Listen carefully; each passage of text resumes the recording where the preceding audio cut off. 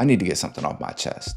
I absolutely hate budgets, like with a passion. Every single time that I've tried to use a budget, I feel like I'm going on a diet. I get all excited, it works great for a couple weeks, and then inevitably, life throws me a curveball and I'm right back to square one. I hate it every single time, and I know I'm not alone here. Get this, according to a study done by NerdWallet, so take it with a grain of salt, not anything against NerdWallet, but just, it's a study.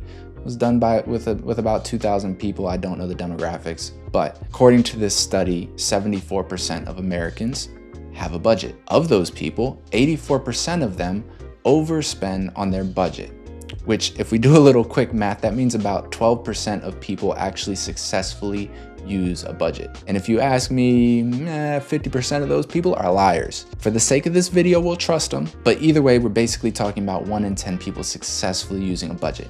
I don't know about you, but I don't like those odds. We are literally setting ourselves up for failure. Here's the thing though, just because budgets don't work for you does not mean we can just throw all financial planning out the window. I've discovered a better way of managing my money that has allowed me to spend guilt-free while saving more money, and it has completely changed my entire relationship with spending money. Now that said, if you are in that 12% of people who successfully use a budget, no reason to watch this video. Don't fix something that's not broken. But if you do want an alternative option to a budget, you're curious about it, maybe it resonates with you, stick around.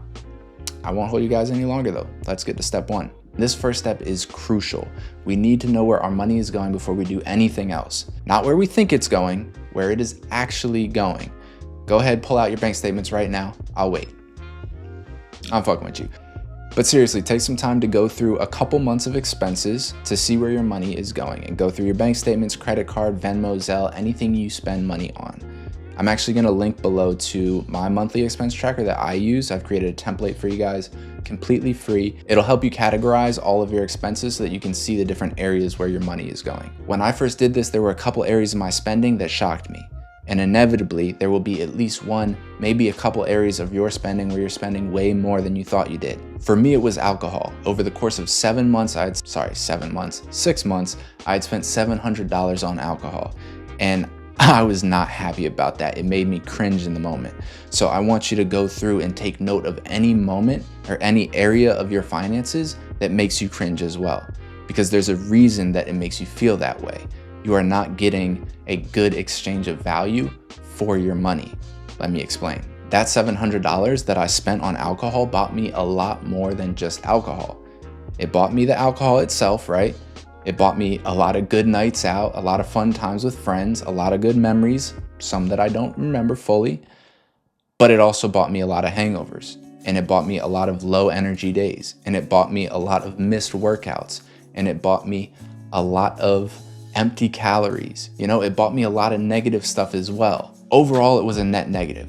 What I got in return for that $700 was not equal to the value of that money. Over that same 6-month period, I spent about $700 on coffee and pastries, but I felt very different about that purchase. What I got in return for that $700 to me was worth it, because not only am I getting coffee and a pastry, but every time I go to that coffee shop, I sit down for a couple hours and I work, and I use the coffee shop's Wi-Fi, and I'm sitting outside in sunlight, fresh air.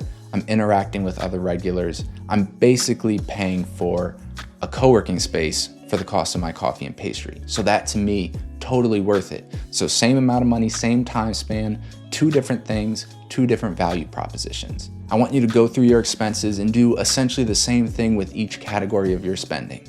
Was the value you got in return for the money you spent worth it to you? And take note of all those areas where you overspent according to your personal value proposition. Just because I didn't get value from $700 on alcohol and I got value from $700 in coffee and pastries doesn't mean that's going to be the case for you. What you value is different from what I value. So take note of those areas that make you cringe and be aware of those. And I want to be clear, I'm not telling you to stop spending on those things. We just want to be aware of them. This is not about restriction or judgment, it's about awareness, okay? And now that we've done that, we can move on to step 2, and this is where the magic happens. Most people, when they get their paycheck, pay their bills first. Then they go and they spend their money over the course of the month, and at the end of the month, if they have any money left, they'll toss that in savings or investing. What we're gonna do, we're gonna flip that on its head, and we're gonna pay ourselves first. We're gonna save, invest, pay off debt. Then we're gonna pay our bills. Then we're gonna spend what's left. That's guilt-free spending money, no budget. Now, how much you pay yourself is gonna vary person to person. Take a look at your expenses. You now know how much you spend in a month, and you should know how much income you make in a month. If you don't, and you're a W-2 employee, just check your paycheck and multiply that by the amount of paychecks you get in a month.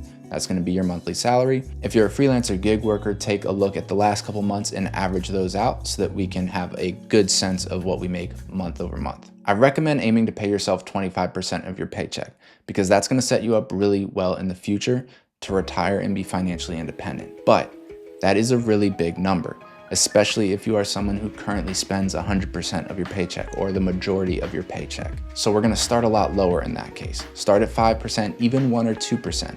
The goal here is that we get used to paying ourselves first. So start at a low amount, whatever you feel comfortable with looking at your numbers, and then gradually over time, as you get comfortable with that number, increase it slightly. As you get raises, as you get promotions, increase that number. And we wanna gradually be working our way towards that 25% goal. This is a marathon, not a sprint though. We do not need to be at 25% tomorrow, so do not stress yourself out about that. It took me several years to get to this point.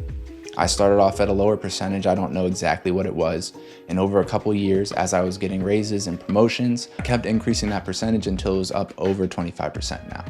And I'm not even making 6 figures yet, so I know it's possible, I know you can do it too.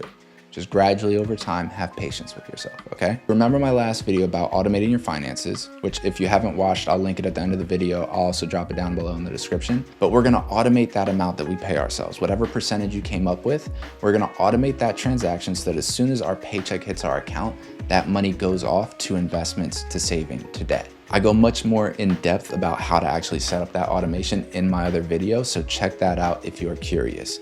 But the goal here is to eliminate as much decision making as possible. We want to avoid that situation where your paycheck hits your account and you go, well, I told myself I was going to invest this month and I want to, but the new iPhone just came out and I really want that. So maybe I'll just skip investing this month and I'll start back next month. We want to cut that out of the equation. So we paid ourselves. Now we got to pay our bills. This is something we can automate as well, and I go over it in that video. So if you're curious, again, you can check that video out. I go through how to set up that automation, but we can do this manually as well. So say your rent is $1,000 a month and you get 2 paychecks a month. That means every time you get a paycheck, put $500 aside. Or maybe you take it all out of one paycheck and then the next paycheck you take out utilities and phone and car insurance and whatever other bills you have.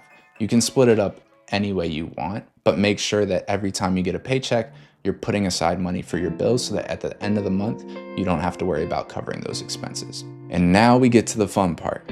The money that's left in your account after you've paid yourself and you've paid your bills, that is your guilt-free spending money, and actually guilt-free spending money. Not that fake guilt-free where you still feel bad every time you swipe your card. Actually guilt-free spending, okay? So you've already taken care of your future self by paying yourself first. You've already taken care of your bills. The money that is left is for you to spend. You should spend that. No spreadsheets, no tracking apps, no little voice in your head saying, I really shouldn't be spending this money. No, you should. You should be spending this money. This is your guilt-free spending money. Let me give you a little example. Last weekend, I went on a trip. Took a flight up to Washington, spent the day in Seattle, caught up with an old friend I hadn't seen in 6 years, met his wife, had a great time with them, and then went off into the mountains and hiked for 3 days. Old me would have been beating myself up every single time I swiped my card. Every single time I purchased anything on that trip, from the flight to the hotel, to the rental car, to the food, I would have been feeling guilty about all of it. But with this new system, I knew that I had the money to spend. I had already paid myself, and in fact, I had paid myself more that month than I had planned on. My bills were paid already. So this money that I had sitting in my bank account was there for me to use in a way that brought me value. And I can't think of a better way than going and connecting with a friend and then being outside in nature. So I was able to spend that money without a second thought. Now, to be fair, I'm still dealing with the little voice in my head that goes, if you had invested that money, you could retire a month earlier.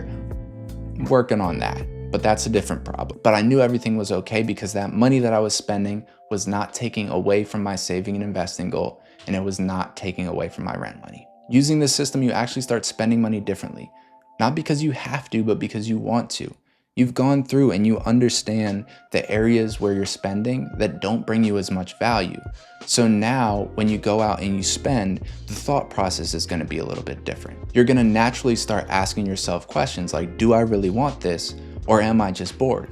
Do I really want this, or do I want to put this money aside to go to a concert next month? Maybe you skip that $50 impulse buy at Target because you're saving up for a trip with friends the next month. Or maybe you do make that impulse buy. And that's okay, because it is your money to spend how you want to spend it. There's no budget that's gonna yell at you for overspending in the random stuff category.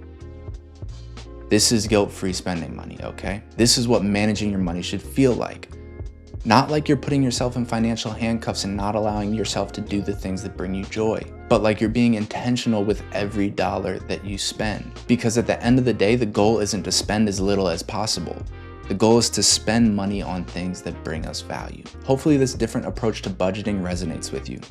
If it does, give it a try for a couple months. See how it works. I can't make any promises, but I would bet that it's gonna work better than that old budget you're using. And it's gonna make it easier for you to enjoy spending your money and make conscious decisions about what you're spending your money on. I've cut my alcohol spending essentially in half since doing this, and it hasn't felt restrictive because that money that I was spending on alcohol is now going to areas in my life that bring me more value, like that trip that I went on. So hopefully it has a similar effect on your finances.